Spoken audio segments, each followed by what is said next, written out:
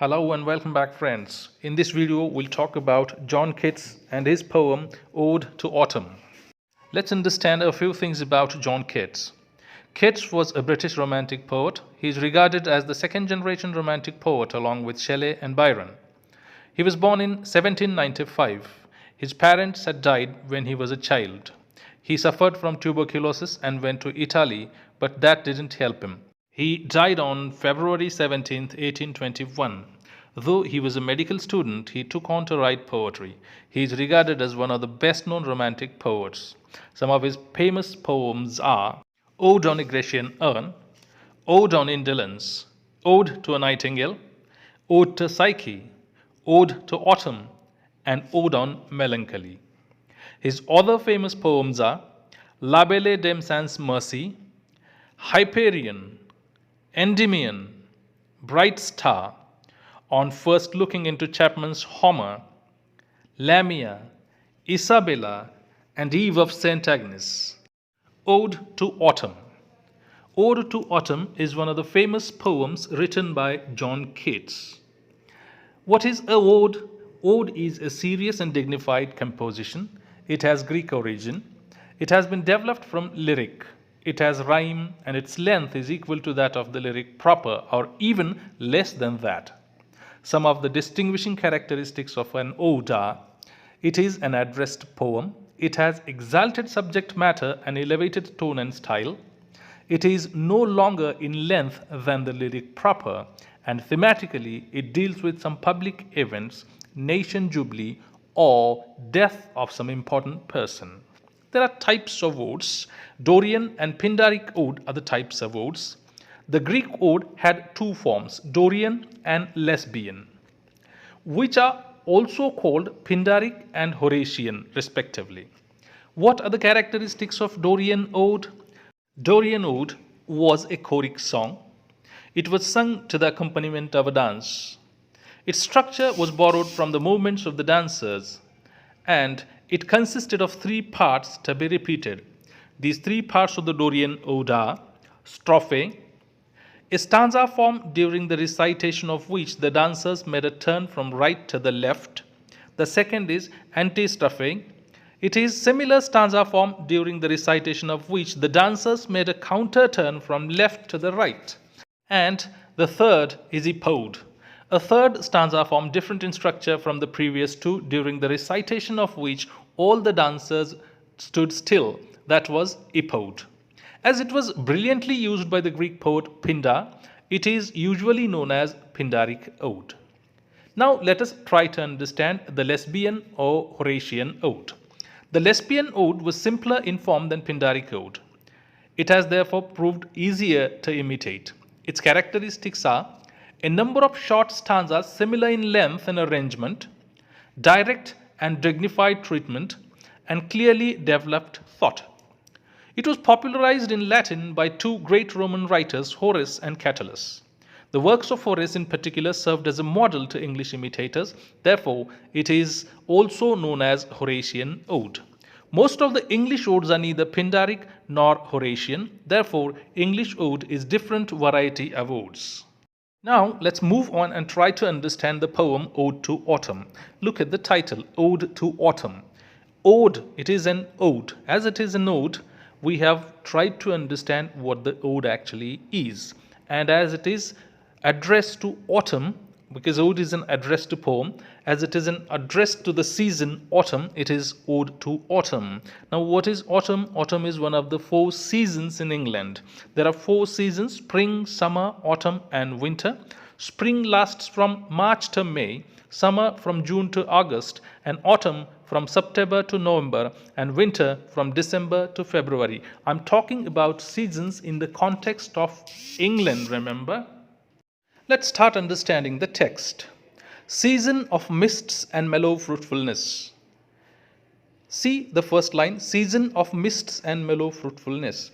Keats is addressing the autumn. Autumn is the season. And what kind of season it is? It is the season of mists. Mist is thin fog, and mellow fruitfulness. Mellow fruitfulness is soft and pleasant fruitfulness. That means mellow, soft fruits grow during the time of winter. Therefore, he calls autumn as the season of mists and mellow fruitfulness. Further, he says, close bosom friend of maturing sun.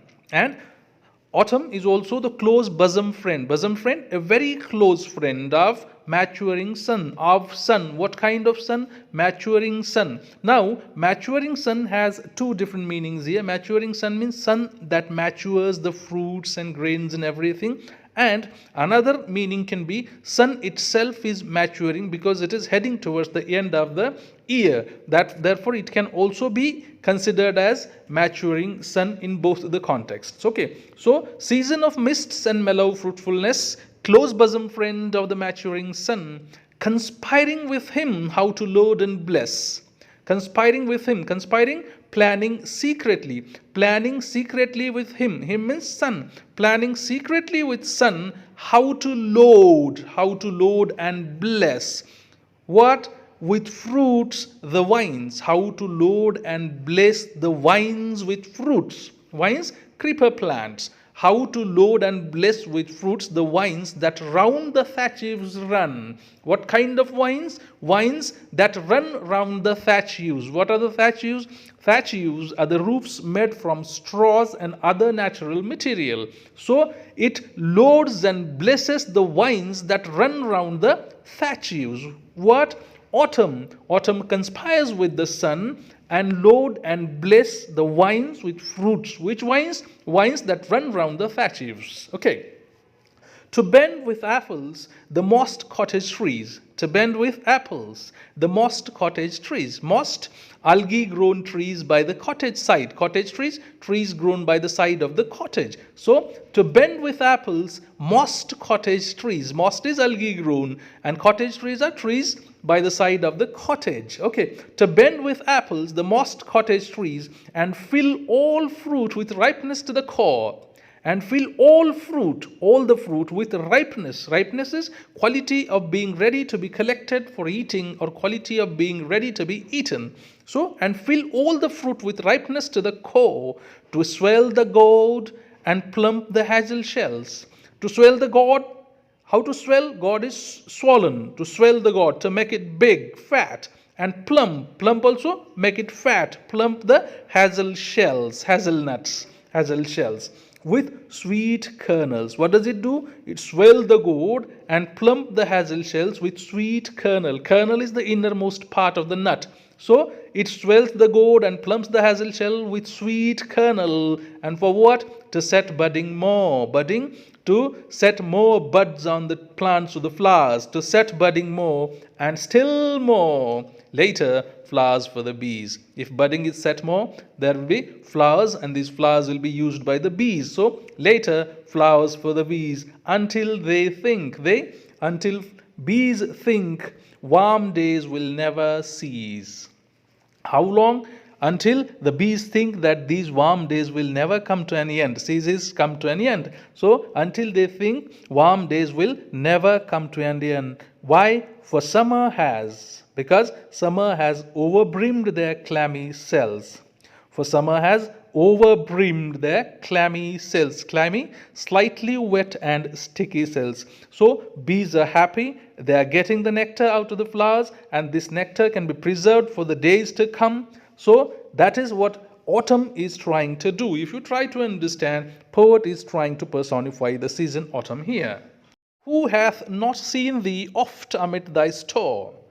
Thee is you, oft is often, amid is in the midst of. So, who has not seen you often in the midst of your store? Store is collection. Sometimes whoever seeks abroad, gets away from the city into the country. Sometimes whoever seeks abroad may find thee is you, thee sitting careless on the granary floor. Sometimes a person going abroad may find you sitting on the granary floor. Granary floor is floor made to collect the grains. That is granary floor. Thy hair soft lifted by the winnowing wind. How? Thy hair soft lifted by the winnowing wind. Winnowing is gently blowing wind. Thy hair softly lifted by the gently blowing wind. Or on a half-reefed furrow, sound asleep, drowsed with the fume of poppies, while thy hook. Or on a half-reaped furrow, half-reaped, half-cut and collected line of plants in the field, that is called half-reaped furrow. You can also see the picture of half-reaped furrow here. You are seen as a person sleeping sound asleep on the half-reaped furrow, or you are also seen as a person sitting carelessly on the granary floor, and thy hair soft lifted by the winnowing wind. You are sleeping on the granary floor, drowsed with the fume of poppies. Drowsed with the fume of poppies. Drowsed, almost asleep with the fume of poppies means smoke of poppy flowers, while thy hook. Now what is hook here? Hook is a sickle here. While thy hook spares the next swath. What is swath? Swath is a broad strip of the land or the area. That is swath.